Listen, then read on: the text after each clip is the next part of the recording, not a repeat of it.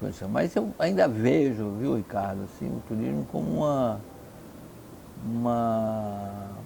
primeiro que oxigena.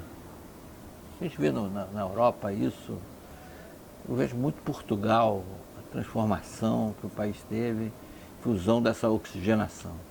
Claro que teve a União Europeia, etc. Mas o Portugal que eu sempre conheci, um país triste, aquela melancolia na alma. As pessoas já nascem melancólicas. E você viu a mudança de estado de espírito deles, né? Rapaz, hoje Lisboa é uma cidade alegre, movimentada. Mas isso foi planejado, Vidal. Porto, cidade isso do foi Porto. Planejado. Isso tem. Você ia falando de gestão, né? Se você tirar essa camada que ela é mais óbvia, né, do turismo, que é essa parte do efeito, né? E olhar isso por dentro, a gente costuma se chamar de cadeia de valor, né? Para dar um nome, assim. Então, tem uma sucessão de agentes que se revezam para a construção dessa experiência do passante, seja nacional, seja internacional. Então, existe uma tarefa muito pragmática, assim, muito objetiva, que é estudar essa cadeia de valor para o turismo do Rio, no sentido de compreender onde estão os elos mais fracos. Em primeiro lugar, quais são essas fraquezas? Então, não tem um Big Bang. Não vai ter um negócio e falar, bom, então a partir de agora o turismo... Não é isso.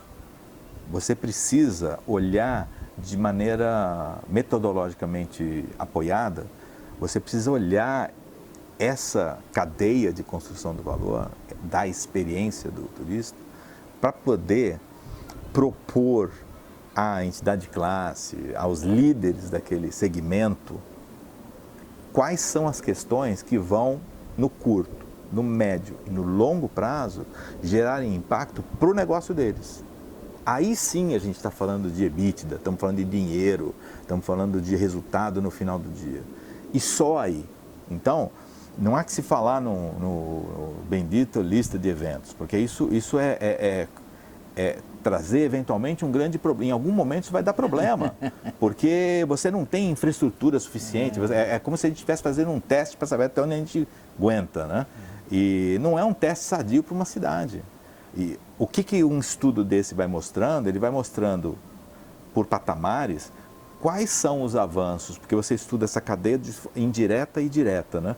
Quais são os avanços que você precisa ter na cidade para ela comportar, do ponto de vista de transporte público, do ponto de vista de segurança. Segurança, a gente não falou muito aqui, mas um dos temas, aí fica falando de segurança. Ninguém quer falar de tudo, quer falar de segurança. Né? Então, eu não tenho a menor dúvida de que segurança pública é sim um bloqueador, é um fator bloqueador. Apesar de você pegar os 100 principais destinos que são listados pelo Euromonitor como preferenciais no mundo, você vai olhar lugares ali que o pau come feio também. Quer dizer, não é exclusivamente a questão da violência intrínseca daquele local. Tem outras variáveis que acabam fazendo com que o turista volte para lá.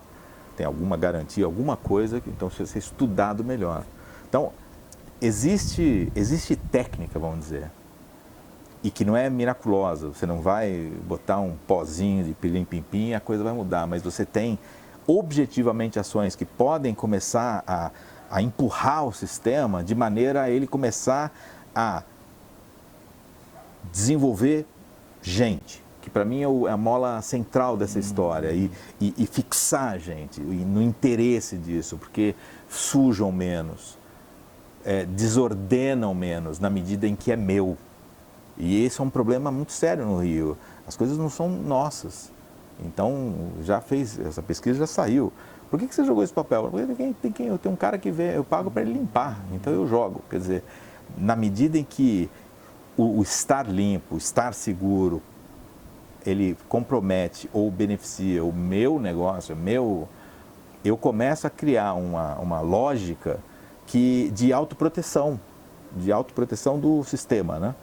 Então, e isso é para todos os elos, desde a agência de turismo, passando pelos bares, restaurantes, os eventos, todos esses mecanismos de transporte público, particular, todos eles vão enfrentar problemas dessa mesma natureza, falta de capacitação, baixo emprego de tecnologia.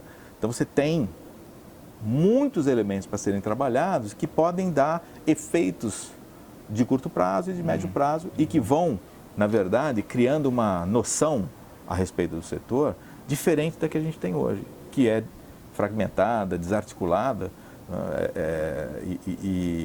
e sem direção.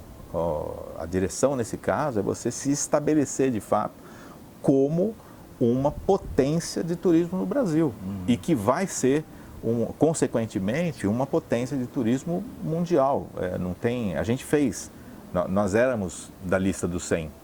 Em 2016, a gente era, acho que é o 88º em 2016.